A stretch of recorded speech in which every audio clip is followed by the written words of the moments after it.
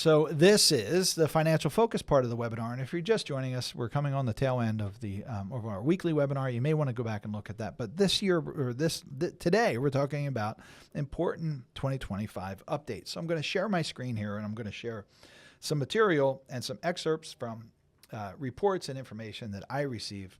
I'm going to share it with you. So here we go. So the first thing I want to go over with you is from our wonderful Heather Schreiber. So Heather Schreiber, you guys know, is she's our Social Security expert here on the team, and Heather is one of the top in the country, and we're really, really fortunate to have her work with us.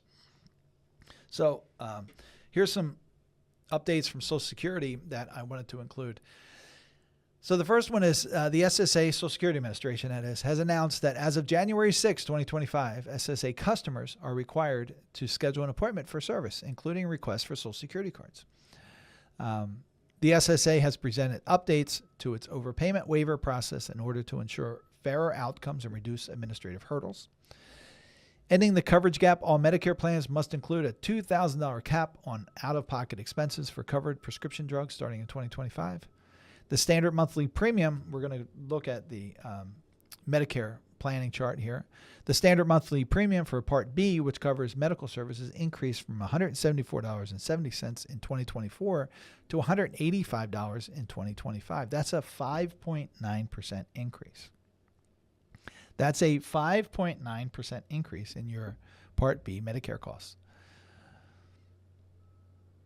Not to be outpaced there, or definitely to be outpaced there. The Social Security COLA from 2024 to 2025 was only 2.5%, continuing the trend of healthcare costs outpacing overall inflation.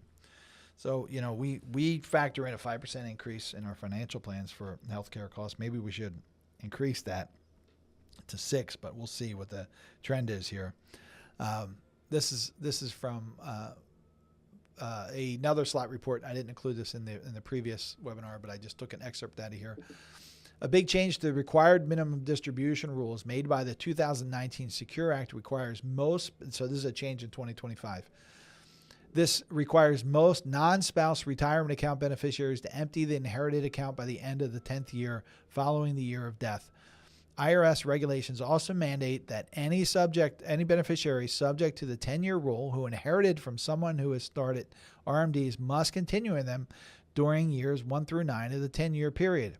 However, because of confusion over this rule and IRS misinformation, the IRS did not require annual RMDs for beneficiaries in this category for years 2021 through 2024. Starting this year, yearly RMDs become due. We're talking about inherited IRAs. There was never a delay or a forgiveness of penalties for your own RMDs, not from this. But this is for inherited IRAs. But this year, that's over. 2025, you got to start taking those RMDs. And it references the Slott report. So another update from Heather, and this was separate than from what I shared with you before. And a lot of you have heard about this already, but on January 5th, 2025, President Biden signed the Bipartisan Social Security Fairness Act into law. The SSFA repealed 2 provisions that were often criticized for reducing Social Security benefits for individuals who receive public pensions based on earnings not covered by Social Security. These changes will retroactively take effect for benefits received after 2023. The SSA is currently working on how to implement the repayment process for those affected. Let's see how long that takes. So the government pension offset, this was a change also, was part of this rule. The government pension offset enacted by Congress in 1977 historically reduced or eliminated Social Security spousal and survivor benefits who received non-covered benefits. The repeal of the GPO, that's the government pension offset, the repeal of the GPO will remove the barrier and restore benefits to roughly 750,000 recipients, according to the published data as of December 23. And then we had the windfall elimination provision, or the WEP, enacted in 1983, reduced but never eliminated a worker's Social Security, retirement, or disability benefit who lacked 30 years of substantial years, who lacked 30 years of substantial years of Social Security earnings, and who also received a pension based on non-covered work. The the WEP impacts roughly 2 million income beneficiaries. So that was eliminated as well. So good information from Heather and the Slott group that I wanted to share with you. Now let's go into our tax table updates. I know you all have been waiting for this, and this information has been out there for a little while, but and it will soon be available on our website for download. I get a lot of downloads every day from our website. Our website is newly redone. We're continuing to make some adjustments and changes. So if you see anything that doesn't look right, a period is off or something, I just had to make changes to the webinar page because there was some incorrect information there. Nothing bad. It was just still referencing Tuesday weekly webinars, and we don't do those anymore. But if you see something that call it out to us, and we'll get it fixed.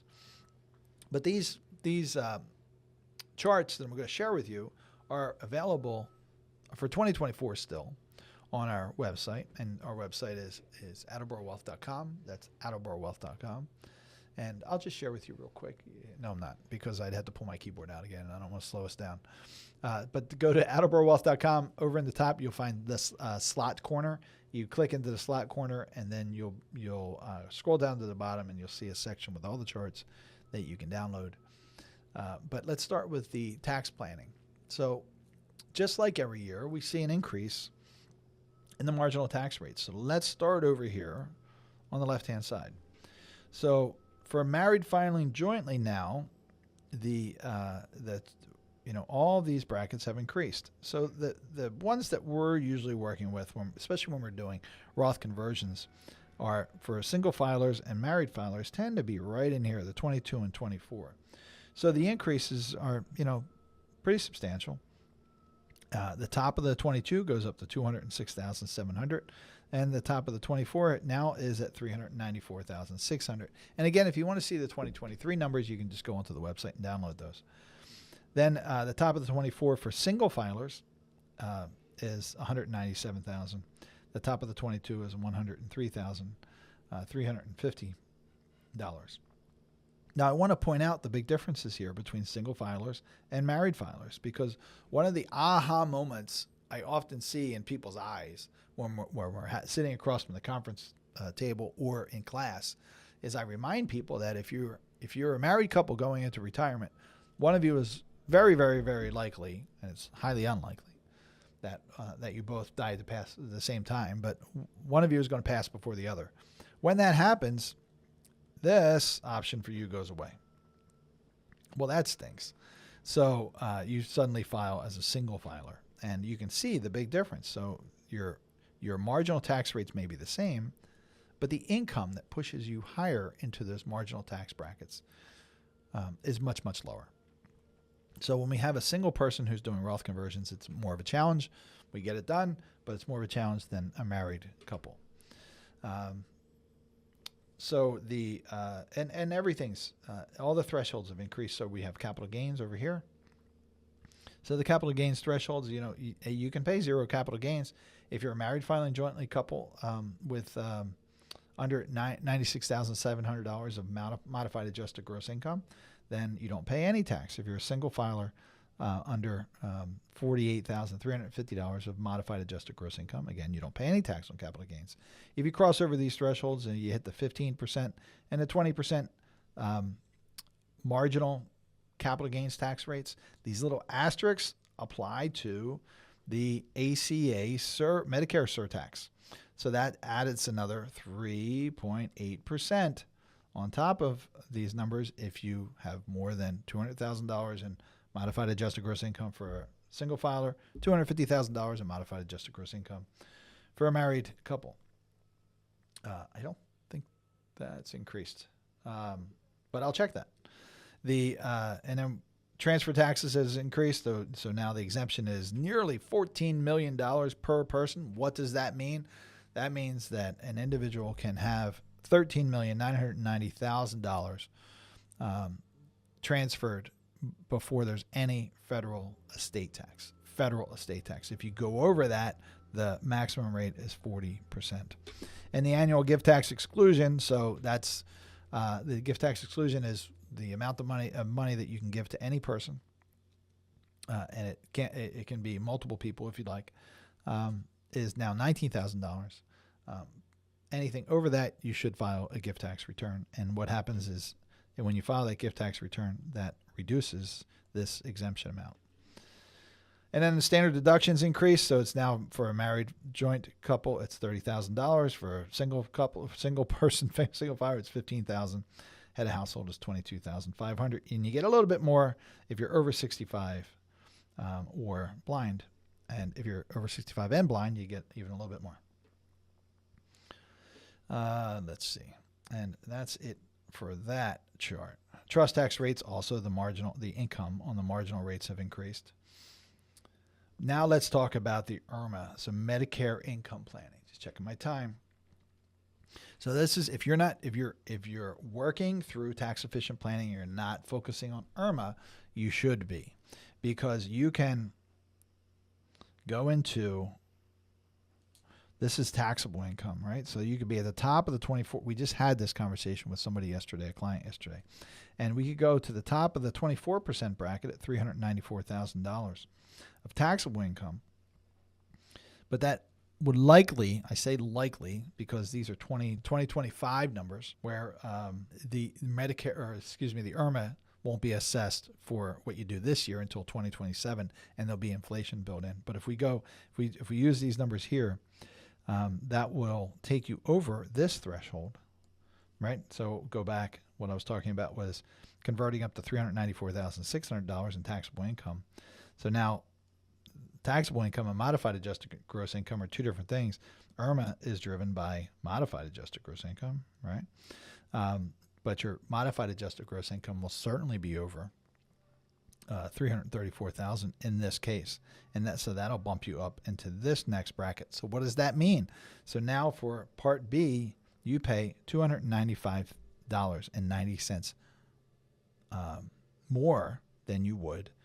So it's $185 plus the $295 for your Medicare benefits. So that's your total, $480.90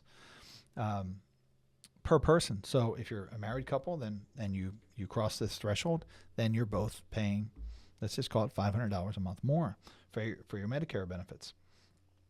Now that may make sense for you, believe it or not. Sometimes it makes sense to push into those higher IRMA tables. But you got to do the math on that. So we have a calculator that we made. We call it the Wheeler calculator because Emily Wheeler created it, one of our team members. And you've got to do that calculation to see if it makes sense to pay a higher amount for a shorter period of time as opposed to potentially paying a larger amount or a smaller amount over a long period of time. But if you're doing Roth conversions, you have to pay attention to IRMA. And it's not just Part B.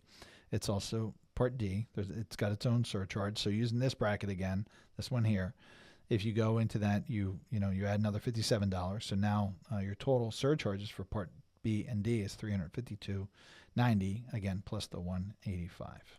So be aware of that. You can go really high into $530 a month per person plus the $185.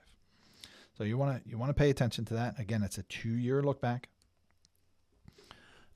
So these, we can inflate these numbers to see what it potentially will be like in 2027 when these surcharges or phantom tax or penalties, however you want to call it, get applied. But this is what we're working with today.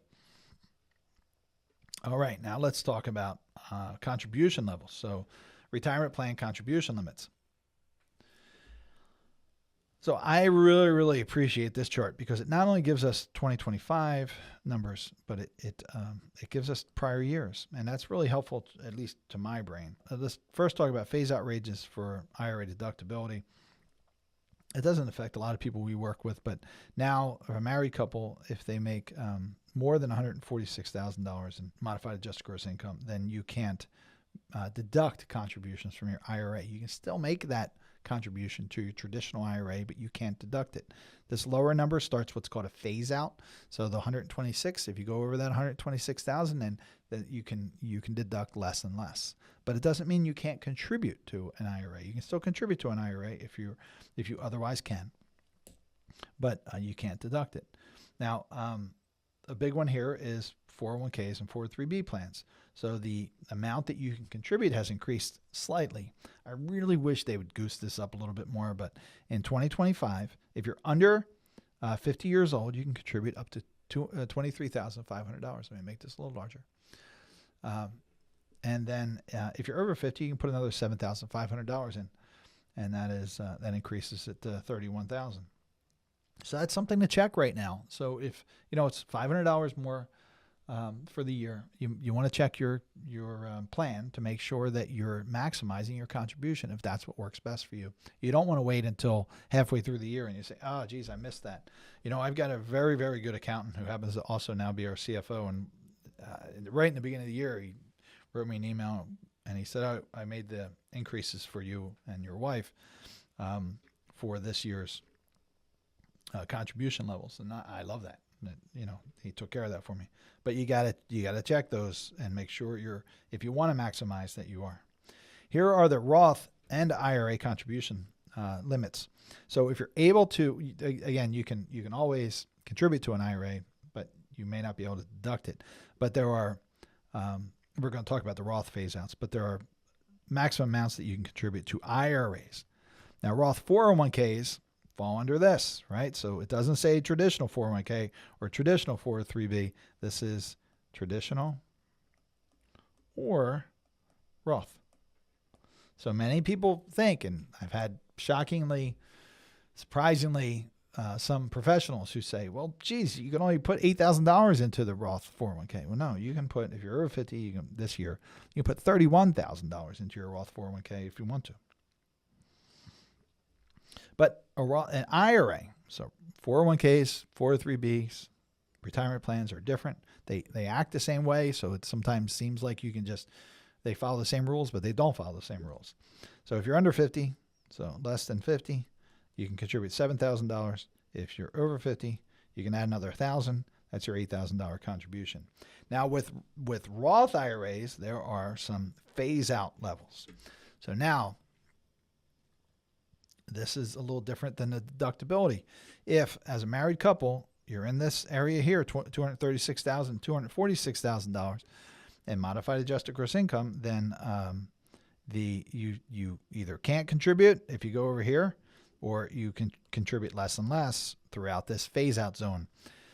And you cannot contribute to that Roth IRA. Yes, you may be able to do what's called a backdoor Roth contribution, where you contribute to the IRA and then immediately convert it to a Roth IRA. There's a lot of speed bumps and concerns and potholes, whatever you want to call it, that you should be aware of with that strategy, and you certainly want to work with somebody who understands it if that's what you're going to do. So that's for a married filing joint couple. Single or head of household, this phase out is much, much lower. It really stinks if you're filing as a single filer. So you want to do your planning if you're married while you're still married. So that phase out is at $150,000 to $165,000. So again, if you're at $150,000, then you can it starts to reduce. If you're above $150,000, that contribution level, contribution amount starts to reduce. If you're over $165,000, you can't put anything into a Roth IRA. Let's see what else is on here. You have simple IRAs down here. They carried it down to page 2 because the rules are. This all used to be on one page. Now it's expanding to 2 because the rules get more complex every year. But that is it for. Oh, I'm sorry. Here's SEPs. So I don't see a lot of SEP IRAs, but you can see the contribution level. So 2025 takes it up to $70,000. Now SEPs can now be Roth. As of last year, SEPs can now be Roth, and simples can also be Roth. So that might work for you. So Roth is after tax. You should know that. And if you don't, now you do. Something that's often overlooked are HSAs, health savings accounts, and if they are used, sometimes they're not taking full advantage of. So what is a health savings account? So if you have a high deductible plan, you're able to contribute an amount of money for future use, or honestly for immediate use if you wanted to, for qualified medical expenses. So in 2025, if it's just for you, there's a minimum deductible. So the maximum amount of where's my limits? That's what I'm looking for. Okay, so we have if you're under 55 and it's just you, $4,300 is what you can put in. If you're over 55, we're at 53. If you're a family, it's $8,550. If you're a family and over 55, and that's me now, $9,550. So that's what can be with a high deductible health plan.